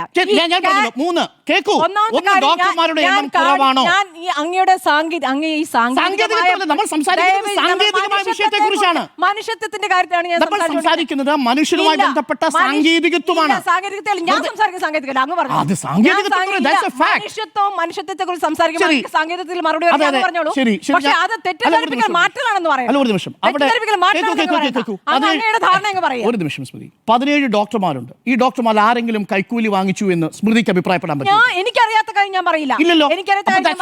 അപ്പൊ കൈക്കൂലി വാങ്ങി എന്നുള്ളതിന് നമ്മുടെ മുമ്പിൽ തെളിവില്ല. അല്ല, തെളിവ് രേഖപ്പെടുത്തിയിട്ട് അയാൾക്ക് മരിക്കാൻ സമയം ഉണ്ടായിരുന്നില്ല സാർ. 100% അത് തന്നെയാണ്. പക്ഷേ തെളിവിൽ അതിന് ഉത്തരം തെളിവ് ഉണ്ട് എന്നല്ല, തെളിവില്ല എന്നുമല്ല. 100% ഞാൻ പറഞ്ഞിട്ടില്ല. ശരി. അപ്പൊ നമ്പർ 1, കൈക്കൂലി വാങ്ങിയിട്ടില്ല എന്നുള്ളത് നമ്മുടെ മനസ്സിൽ, നമ്മുടെ ബോധ്യമാണ് അദ്ദേഹം ഈ വിഷയത്തിൽ കൈക്കൂലി വാങ്ങിയിട്ടില്ല. അങ്ങ് മനസ്സിലാക്കേണ്ടത് കേൾക്കൂ, പാവപ്പെട്ട ഏയ് രോഗികൾ എന്തിനാണ് സ്മൃതി? ഞാൻ നമ്മൾ പറഞ്ഞിരിക്കട്ടെ? കൊടുക്കുന്ന വാർത്തകൾ കേൾക്കൂ. നമ്മുടെ വാർത്തകൾ തന്നെ നമ്മൾ രണ്ടാമത്തെ ശ്രദ്ധിക്കണം. മെഡിക്കൽ കോളേജിലെ സാഹചര്യം ദിവസം നമ്മൾ കൊടുക്കുന്നതല്ലേ? നോക്കൂ, നമ്മൾ എവിടെയാണ് മെഡിക്കൽ കോളേജിൽ ഈ വിഷയത്തിൽ കൈക്കൂലി വാങ്ങി റിപ്പോർട്ട് ചെയ്തിരിക്കുന്നത്? എനിക്ക് മനസ്സിലാവുന്നില്ല. ഞാൻ ചെയ്തിട്ടില്ല സ്മൃതി. കൈക്കൂലി നോക്കൂ, എന്നല്ല ഒരു കാര്യം. പറയുന്നത്. അപ്പൊ ഒന്നാമത്തെ ഒന്ന് കൈക്കൂലിയുടെ കാര്യത്തിൽ അവിടെ, 2 ഡോക്ടർമാരുടെ എണ്ണം കുറവാണോ? 17 ഡോക്ടർമാർ, 4 പ്രൊഫസർമാരടക്കം 17 ഈ ഡോക്ടർമാർ. എണ്ണമൊക്കെ എടുത്തോളൂ. 3 എണ്ണമൊക്കെ കാത്ത് ലാബ് അവിടെ ഇല്ലേ? അവ- കാത്ത് ലാബ് എന്തൊരു പ്രവർത്തനക്ഷമമല്ലേ? കഷ്ടമാണ്. ഇത്രത്തോളം സാങ്കേതികമായി ഇങ്ങനെ സാങ്കേതികമല്ല. അവനവനെ ഒരു തട്ടാത്ത system. കാര്യങ്ങൾ, അപ്പൊ ശരി. അവനവന്റെ ദേഹത്ത് തട്ടാത്ത കാര്യങ്ങൾ ശരി, അല്ല, ആയിക്കോട്ടെ, ആയിക്കോട്ടെ. അല്ല, വിശദീകരിക്കാൻ പറ്റും. മനസ്സിലായി. വൈകാരികത എനിക്ക് മനസ്സിലായി. പക്ഷേ സിസ്റ്റം എറർ എന്ന് പറയണമെങ്കിൽ വൈകാരികമായി മനുഷ്യത്വപരമായി സമീപിച്ചില്ല എന്നതാണോ ഉദ്ദേശിച്ചത്? വേണു മരിച്ചിട്ടില്ല എന്ന് കൂടി പറഞ്ഞ അങ്ങ് കൺക്ലൂഡ് ഞാനല്ല പറഞ്ഞത്. അല്ല, അങ്ങ് conclude ചെയ്യൂ. അങ്ങനെ conclude ചെയ്യൂ. അല്ലല്ല, അപ്പൊ system clean അല്ലല്ല, ആണ്. സ്മൃതി പറയുന്നത് എന്താണ്? സിസ്റ്റം എററാണെന്നാണോ പറയുന്നത്? മനുഷ്യത്വപരമായി ഈ കാര്യങ്ങൾ വിശദീകരിച്ചില്ല എന്നാണോ ഈ പറയുന്നത്? സിസ്റ്റത്തിൽ പെടുന്നതാണ് ഈ മനുഷ്യത്വപരമായി വിശദീകരിക്കലും. അപ്പൊ 5 ഘടകങ്ങളുണ്ടെങ്കിൽ അടിസ്ഥാനപരമായി സമ്മതിച്ചു, സമ്മതിച്ചു. അദ്ദേഹത്തിന് ചികിത്സ മനസ്സിലായി. മുഴുവൻ കിട്ടാതെ തന്നെയാണ് അദ്ദേഹം മരിച്ചിരിക്കുന്നത്. എങ്ങനെയാണ്? അടിയന്തരമായി മെഡിക്കൽ കോളേജിൽ കൊണ്ടുപോയ ഒരു രോഗിയാണല്ലോ. അങ്ങ് പറയുന്നുണ്ടല്ലോ അടിയന്തരമായിട്ടാണല്ലോ മെഡിക്കൽ കോളേജിലേക്ക് കൊണ്ടുപോയത്. ഒന്ന് സ്മൃതി. 5 ദിവസമായി അവിടെ കിടക്കുന്നു. ശരി, അദ്ദേഹത്തിന് ആൻജിയോഗ്രാം ആൻജിയോപ്ലാസ്റ്റി പ്രോട്ടോകോൾ സ്മൃതിക്ക് അറിയില്ലല്ലോ. സ്മൃതി വിദഗ്ധരോട് ചോദിച്ചിട്ടുണ്ടാവുമല്ലോ. അല്ല, സ്മൃതിയുടെ ധാരണ എന്താണ്? 24 മണിക്കൂർ ഒരു കാർഡിയാക് അറസ്റ്റ് സംഭവിച്ച് ക്രിയാറ്റിൻ അളവ് കൂടി നിൽക്കുന്ന ഒരു വ്യക്തിക്ക്, കേൾക്കൂ, ക്രിയാറ്റിൻ അളവ് കൂടി നിൽക്കുന്ന ഒരാൾക്ക് ആദ്യത്തെ 24 മണിക്കൂർ കഴിഞ്ഞതിന് ശേഷം ആൻജിയോഗ്രാം കൊടുക്കാൻ കഴിയുമോ? നോക്കൂ, അതാണ് പറഞ്ഞത്. ആദ്യം തന്നെ ഈ രോഗി വന്നിട്ട് ആൻജിയോഗ്രാം എന്ന് പറഞ്ഞ അവിടത്തേക്ക് അവിടെ നിന്ന് പറഞ്ഞു വിടുകയാണ്. അങ്ങനെ പറഞ്ഞു വിടുന്ന രോഗിയോട് നിങ്ങൾക്ക് ഇപ്പോൾ അത് ചെയ്യാൻ പറ്റുന്ന അവസ്ഥയല്ല എന്ന് പറഞ്ഞു. അങ്ങനെയല്ലേ മെഡിസിൻ കൊടുത്തോ? ഹെപ്പാരിൻ കൊടുത്തോ? പറഞ്ഞോ ഇല്ലയോ? 1 തീയതി കംപ്ലൈന്റ് ഉണ്ടായിരുന്നോ? 2 തീയതി കംപ്ലൈന്റ് ഉണ്ടായിരുന്നോ? 3 തീയതി കംപ്ലൈന്റ് ഉണ്ടായിരുന്നു? 2 തീയതി, 3 തീയതി, 4 തീയതി ഒക്കെ കഴിഞ്ഞ ശേഷമാണല്ലോ അദ്ദേഹത്തിന് മരണം സംഭവിക്കുന്ന ദിവസം ഉച്ചയ്ക്കാണ് അൻവർ സാദത്ത് പറയുന്ന ആൾക്ക് ഈ ഓഡിയോ സന്ദേശം കൊടുക്കുന്നത്. മനസ്സിലാക്കേണ്ടത് ഈ ദിവസങ്ങളിലെ അനുഭവമാണ് ഒരാൾ പറയുന്നത്. അല്ലെങ്കിൽ 6ാമത്തെ ദിവസം ഉണ്ടായ പ്രത്യേക അനുഭവം വിളിച്ച് പറയല്ല. സ്മൃതി മനസ്സിലാക്കേണ്ടത് നമ്മുടെ ചോദ്യം എന്താ? സിസ്റ്റം എറർ ആണോ? സിസ്റ്റം എറർ ആണെങ്കിൽ ഒന്ന് അവിടെ ഡോക്ടർമാരുടെ കുറവ് വേണം, അല്ലെങ്കിൽ ഡോക്ടർമാർ കൈക്കൂലി വാങ്ങി എന്ന് വേണം. 3 അവിടെ അദ്ദേഹത്തിന് ചികിത്സ നിഷേധിച്ചു എന്ന് വേണം. ഈ പറയുന്ന ഒരു കണ്ടീഷനും അവിടെ ഇല്ല. ഡോക്ടർമാരുടെ എണ്ണമുണ്ട്, ഡോക്ടർമാർ ടേക്ക് കെയർ ചെയ്തു, അദ്ദേഹത്തിന് മെഡിസിൻ അഡ്മിനിസ്റ്റർ ചെയ്തു, ആൻജിയോഗ്രാം കൊടുക്കാൻ പറ്റുന്ന സാഹചര്യമായിരുന്നില്ല, അതിൻ്റെ മെഡിക്കൽ പ്രോട്ടോകോൾ കൃത്യമായിട്ട് പാലിച്ചു, അവിടുത്തെ കാത്ത് ലാബുകൾ പ്രവർത്തനക്ഷമമായിരുന്നു. മാത്രമല്ല, ഒരു കാര്യം കൂടി സ്മൃതിയുടെ അറിവിലേക്ക് പറയാം, ഒരു കാരണവശാലും ഈ രോഗിക്ക് അവിടെ ഒരു തരത്തിലുള്ള മെഡിസിനും നിഷേധിക്കേണ്ട ആവശ്യമില്ല. കാസ്പിന്റെ ആനുകൂല്യം കൂടിയുള്ള രോഗിയായിരുന്നു, അതുപോലും എല്ലാ കണ്ടീഷൻസും അവിടെ ഉണ്ടായിരുന്നു. പക്ഷേ നിങ്ങൾക്ക് ശരീരത്തിലേക്ക് ആൻജിയോഗ്രാം ചെയ്യാൻ കഴിയില്ല എന്ന് ഡോക്ടർമാർ പറഞ്ഞാൽ നമുക്കെങ്ങനെ ഇവിടെ നിന്ന് പറയാൻ പറ്റും ആൻജിയോഗ്രാം കൊടുക്കണമെന്ന്? എങ്ങനെ പറയാൻ പറ്റുക? അതാണ് അതിന്റെ സാങ്കേതികത്വം. സാങ്കേതികത്വം പറയും. സാങ്കേതികത്വം പറഞ്ഞ് വിജയിക്കൂ. രോഗിയെ മനുഷ്യത്വപരമായി ആൻജിയോഗ്രാം ചെയ്യണമെന്ന് പറഞ്ഞാൽ അദ്ദേഹത്തിന്റെ ശരീരത്തിന് ചെയ്യാൻ കഴിയില്ലെങ്കിൽ, ശരീരത്തിന് താങ്ങാനാവുന്നില്ലെങ്കിൽ എന്ത് ചെയ്യും? നമ്മളും ഡോക്ടർമാരെയൊക്കെ കാണുന്നതാണല്ലോ. അതെ, ഡോക്ടർ ചോദിച്ചു. ഡോക്ടർമാർ ആദ്യം രോഗിയോട് എന്താണ് നിങ്ങളുടെ രോഗസ്ഥിതി ഇതാണ്, പബ്ലിക് ഡൊമൈനിലല്ലേ? നിങ്ങളുടെ രോഗസ്ഥിതി ഇതാണ്, നിങ്ങളുടെ രോഗസ്ഥിതി ഇതാണ്, നിങ്ങൾക്ക് ഇങ്ങനെ ചെയ്യാൻ പറ്റൂ എന്ന് പറഞ്ഞിരുന്നെങ്കിൽ ഈ വിഷയം വരുന്നില്ലെന്നേ. സമയം പോവുകയാണ്. അല്ല, എന്തായാലും കണക്കും കൂടി പറഞ്ഞോളൂ. ഒരു കാര്യം കൂടി പറഞ്ഞാൽ ഇതങ്ങ് അവസാനിപ്പിച്ചേക്കാം. ഏറ്റവും കൂടുതൽ കേരളത്തിൽ കാർഡിയോളജിക്കൽ ഇന്റർവെൻഷൻ നടക്കുന്നത് 3 സ്ഥാപനങ്ങളും സർക്കാർ മേഖലയിൽ നിന്നുള്ളതാണ്. അതിലൊന്ന് കോട്ടയം മെഡിക്കൽ കോളേജ്, മറ്റൊന്ന് കോഴിക്കോട് മെഡിക്കൽ കോളേജ്, മറ്റൊന്ന് തിരുവനന്തപുരം മെഡിക്കൽ കോളേജ്. ഇത് കഴിഞ്ഞ് ഒരു പ്രൈവറ്റ് ഹോസ്പിറ്റൽ വരുന്നുള്ളൂ, ലിസി ഹോസ്പിറ്റൽ. അത് കഴിഞ്ഞ് വീണ്ടും മെഡിക്കൽ കോളേജാണ്, ആലപ്പുഴ മെഡിക്കൽ കോളേജ്. അതായത് ആദ്യത്തെ 5-ൽ 4 സ്ഥാനങ്ങളിലും നിൽക്കുന്നത് മെഡിക്കൽ കോളേജുകളാണ്. ആ മെഡിക്കൽ കോളേജുകളെ എഴുതിത്തള്ളാൻ ഞാനില്ല. വീണ്ടും സിസ്റ്റം തകരാറോ എന്നാണ് ചോദ്യം. ജിമ്മി, ഈ പല ആർഡറുകളുള്ള ഒരു സംവിധാനമാണ് സിസ്റ്റം. സിസ്റ്റം എന്താണെന്നുള്ളതാണല്ലോ. പല ആർഡറുകളുണ്ട്. അതിനകത്ത് ആശുപത്രിയുണ്ട്, ആശുപത്രിക്കകത്തുള്ള ഡോക്ടർമാരുണ്ട്, അതിന് പുറത്തുള്ള നഴ്സുമാർ, അതിന് പുറത്തുള്ള സെക്യൂരിറ്റി സംവിധാനം, ഇതിൻ്റെ മുകളിലുള്ള അഡ്മിനിസ്ട്രേഷൻ, അതിൻ്റെ മുകളിലുള്ള സർക്കാർ, അതിലേക്ക് പണം കണ്ടെത്തുന്ന നികുതി സംവിധാനം, ഇതെല്ലാം ചേർന്നിട്ടുള്ളതാണ് സിസ്റ്റം. ഈ സിസ്റ്റത്തിൽ തിരുവനന്തപുരം മെഡിക്കൽ കോളേജിൽ ഒരു രോഗി മരിക്കുമ്പോൾ നമുക്ക് സിസ്റ്റം എന്ന് വ്യാപകമായി പറഞ്ഞിട്ട് പോകുന്നത് ശരിയല്ല എന്നുള്ളതാണ് എൻ്റെ പക്ഷം. ഇന്ന് ഡോക്ടർമാർ വന്ന് കാര്യങ്ങൾ വിശദീകരിക്കുമ്പോൾ എനിക്കതിനകത്ത് യാതൊരു രീതിയിലും ഡോക്ടർമാരെ സംശയിക്കാൻ തോന്നുന്നില്ല എന്നുള്ളതാണ് എൻ്റെ ആദ്യത്തെ ഭാഗം. ഡോക്ടർമാർ പറഞ്ഞത് എന്താണ്? ഈ രോഗി ഇവിടെ വരുമ്പോൾ തന്നെ ആ ഗോൾഡൻ വിൻഡോ പീരീഡ് കഴിഞ്ഞിരുന്നു. 24 മണിക്കൂർ കഴിഞ്ഞിട്ടാണ് വേണു അവിടെ എത്തുന്നത്, തിരുവനന്തപുരം മെഡിക്കൽ കോളേജിൽ എത്തുന്നത്.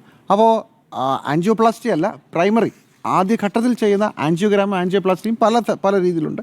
പ്രൈമറി ആൻജിയോപ്ലാസ്റ്റി ചെയ്യാൻ പറ്റില്ല. അതനുസരിച്ച് ഞങ്ങൾ മറ്റു മരുന്നുകൾ കൊടുത്തു. അതാണ് സിസ്റ്റം. ഇപ്പോൾ നമ്മൾ ഏത് ഡോക്ടർമാരെ വിളിച്ചു ചോദിച്ചാലും ഇങ്ങനെ ഒരു പ്രൈമറി ആൻജിയോപ്ലാസ്റ്റി സംവിധാനം ഉണ്ട്, അങ്ങനെ ഒരു സാധനം. അതുപോലെ തന്നെ വേറൊരു ഇൻ്റർവെൻഷൻ ടെക്നോളജിയും ഉണ്ട്. അതൊക്കെ ആദ്യ ഘട്ടത്തിൽ ചെയ്യേണ്ട കാര്യമാണ്. ആ സമയം കഴിഞ്ഞു പോരുന്നത് കൊണ്ട് മറ്റു മരുന്നുകൾ കൊടുത്തു. ആ മരുന്ന് കഴിഞ്ഞിട്ട് ആ രോഗിയെ റെഡിയാക്കി കൊണ്ടുവരിക, അതിനുശേഷം പിന്നെയാണ് ബാക്കി കാര്യങ്ങൾ ആലോചിക്കുക. അങ്ങനെയേ മെഡിക്കൽ കോളേജുകളിൽ ആധുനിക മെഡിക്കൽ കോളേജ് എന്നല്ല, ആധുനിക ചികിത്സാ സമ്പ്രദായത്തിൽ അങ്ങനെ ചെയ്യാൻ പറ്റൂ. അത് കഴിഞ്ഞിട്ടാണ് മറ്റ് സംവിധാനങ്ങൾ കൂടി ഈ രോഗിക്ക് ഇനി വേറെ ആൻജിയോപ്ലാസ്റ്റി ചെയ്യണമെന്നുള്ള അന്വേഷണത്തിലേക്കൊക്കെ പോകുന്നത് പിന്നെയാണ്. ഒരുപാട് രോഗികളുണ്ടാകുമ്പോൾ ചിലപ്പോൾ അയാൾക്ക് പ്രിഫറൻസ് കിട്ടിക്കൊള്ളണമെന്നില്ല അതിനുശേഷം. അത് രണ്ടാമത്തെ കാര്യം. ഇവിടെ പേഷ്യൻ്റ് വിചാരിച്ചത് കൊല്ലത്ത് നിന്ന് ഇദ്ദേഹത്തെ കയറ്റി അയക്കുമ്പോൾ അടിയന്തരമായി തിരുവനന്തപുരം മെഡിക്കൽ കോളേജിലേക്ക് കൊണ്ടുപോകുമെന്ന് പറഞ്ഞാൽ അടിയന്തരമായി എന്തോ ഒരു കാര്യം ഇവിടെ ചെയ്യും എന്നല്ലേ ആ രോഗി വിചാരിക്കുകയുള്ളൂ. അപ്പോൾ അദ്ദേഹം തന്നെ പറയുന്നുണ്ട് ആ ഓഡിയോ സെൻസിൽ, ഏറ്റവും വേഗമേറിയ ആംബുലൻസിൽ വളരെ വേഗം ഞങ്ങളിവിടെ എത്തി. ഇവിടെ വന്നപ്പോൾ ഒന്നും ചെയ്യുന്നില്ല. ഒരു മനുഷ്യൻ്റെ സ്വാഭാവികമായ പ്രശ്നം തന്നെയാണ്. എന്തുകൊണ്ടാണ് കൊല്ലത്ത് ഇത് ചെയ്യാതിരുന്നത് എന്നുള്ളത് നമുക്കൊരു ചോദ്യചിഹ്നമായി തന്നെ നിർത്തണം. അതും ഈ സിസ്റ്റത്തിൻ്റെ ഭാഗമാണ്. കൊല്ലത്ത് നേരത്തെ ഡോക്ടർ അരുൺ പറഞ്ഞതുപോലെ അവിടെ ആൻജിയോപ്ലാസ്റ്റി കാത്ത് ഉണ്ട്. പക്ഷേ അവിടെ ഈ വിഷയമുള്ളതുകൊണ്ടാണ് സ്ട്രോക്കാണ്, മറ്റേത് ഹാർട്ടാണ്, എനിക്കറിയില്ല. പക്ഷേ എന്തായാലും അവിടെ എന്തുകൊണ്ട് സംഭവിച്ചില്ല? ഇപ്പോൾ രാത്രി ആയതുകൊണ്ടാണോ അതോ അത്രയും സംവിധാനങ്ങളില്ലേ, ഡോക്ടർമാരുടെ എണ്ണം എത്രയാണ് മുതലായ കാര്യങ്ങൾ നമ്മൾക്ക് അന്വേഷിച്ച് വരേണ്ടതാണ്. എന്തായാലും കൊല്ലത്ത് ചെയ്യാനുള്ള സംവിധാനമുണ്ട്. പക്ഷേ കൊല്ലത്തിന് എത്രയും പെട്ടെന്ന് തിരുവനന്തപുരത്തേക്ക് കൊണ്ടുവരാനാണ് പറഞ്ഞത്. ഈ പക്ഷാഘാതമുള്ള രോഗിയാണെങ്കിൽ അങ്ങനെ പ്രശ്നമുണ്ടെങ്കിൽ അതിപ്പോൾ കൊല്ലത്തായാലും തിരുവനന്തപുരത്തായാലും ഈ പ്രശ്നമുണ്ട്. പക്ഷേ കൊല്ലത്തിന് വേഗം ഇങ്ങോട്ട് കൊണ്ടുവരാനാണ് പറഞ്ഞത്. ചിലപ്പോൾ കൊല്ലത്ത് ഈ കാത്ത് ലാബിൽ ഡോക്ടർമാരുടെ എണ്ണത്തിലും മറ്റൊക്കെ കുറവുണ്ടായിരിക്കാം. അതൊരു പ്രശ്നമായി അവിടെ നിൽക്കട്ടെ. പക്ഷേ എന്തായാലും രോഗിയോട് പെട്ടെന്ന് തിരുവനന്തപുരത്തേക്ക് പോകാൻ പറഞ്ഞ് ഡോക്ടർമാർ എന്തായാലും ആ രോഗിയെ വിശ്വസിപ്പിച്ചിട്ടുണ്ട് എന്തോ കാര്യമായി നടക്കുമെന്നുള്ളത്. ഇവിടെ വന്നപ്പോൾ നടക്കുന്നില്ല. ഇവിടെ ഡോക്ടർമാർക്ക് ചെയ്യാൻ പറ്റുന്ന എല്ലാ കാര്യങ്ങളും ചെയ്തു എന്ന് വിശ്വസിച്ചുകൊണ്ടും അത് ശരിയാണെന്ന് കരുതിക്കൊണ്ടും തന്നെ അടുത്ത ഘട്ടത്തിലേക്ക് കടക്കട്ടെ. ഒരു രോഗി വന്നാൽ ഒരു രോഗിയോട് സംസാരിക്കാനുള്ള ഒരു തുറന്ന മനസ്സ് എല്ലാവരും കാണിക്കേണ്ടതാണ്. ഒരു 10-15 വർഷം മുമ്പ് നമ്മുടെ തന്നെ അനുഭവത്തിൽ ഡോക്ടർമാർ നമ്മളോട് എങ്ങനെയാണ് കാര്യങ്ങൾ വിശദീകരിച്ചുകൊണ്ടിരുന്നത്? അങ്ങനെ കാര്യമായിട്ടൊന്നും വിട്ട് പറയില്ല. അതിങ്ങനെ വളരെ ഗൗരവത്തിൽ നിന്ന് മരുന്നൊക്കെ എഴുതി കൊടുത്തിട്ട് അങ്ങ് പറഞ്ഞു വിടുകയാണ് സാധാരണ ചെയ്യുക. അവിടെ നിന്ന് സംവിധാനം മാറുന്നു. ഇപ്പോൾ ഡോക്ടർമാർക്ക് നമ്മുടെ മുമ്പിലിരുന്ന് നമുക്ക് പോലും വേണ്ടാത്ത വിശദാംശങ്ങൾ, ഇപ്പോൾ എൻ്റെ വീട്ടിലൊക്കെ രോഗികളുമായി കൂടെ പോകുമ്പോൾ ഡോക്ടർ പടം വരച്ച് കാണിക്കും. അത് പ്രൈവറ്റ് മെഡിക്കൽ കോളേജായാലും സർക്കാർ മെഡിക്കൽ കോളേജായാലും ഇതിങ്ങനെയാണ് എൻ്റെ സംഭവം. കാലം മാറി.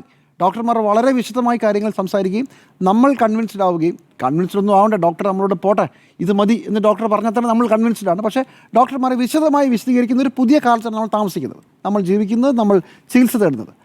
ആ സ്ഥലത്ത് ഈ രോഗിയോട് ഇദ്ദേഹത്തിന് വലിയ വിദ്യാഭ്യാസമൊന്നുമുള്ള ആളാകാൻ സാധ്യതയില്ല.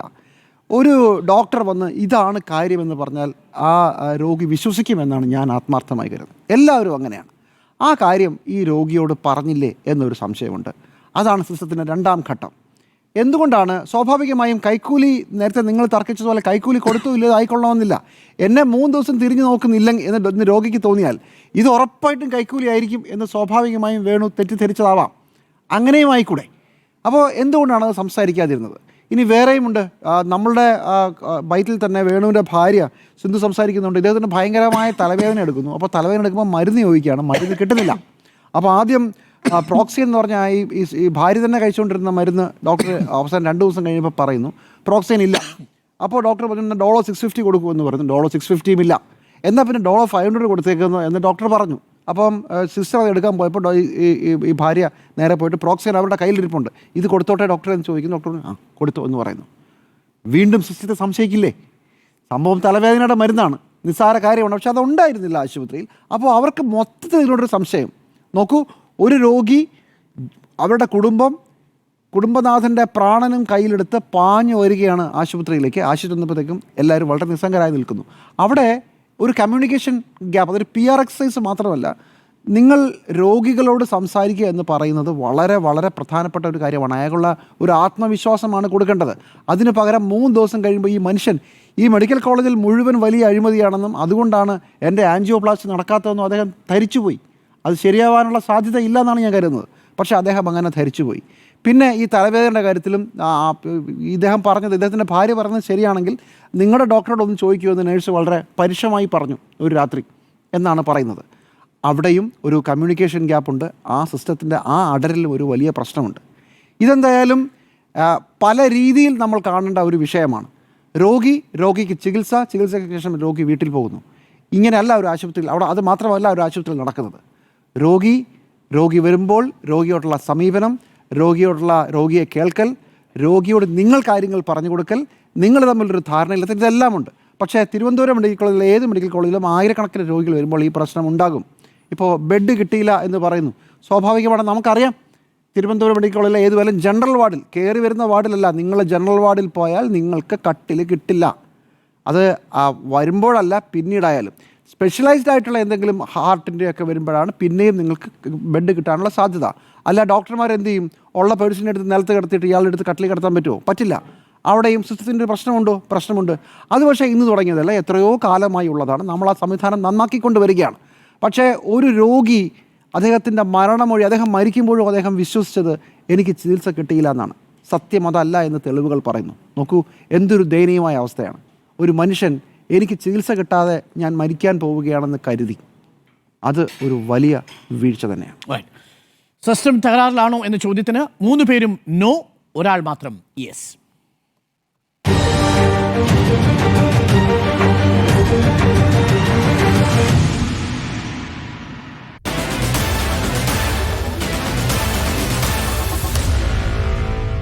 Meet the editors.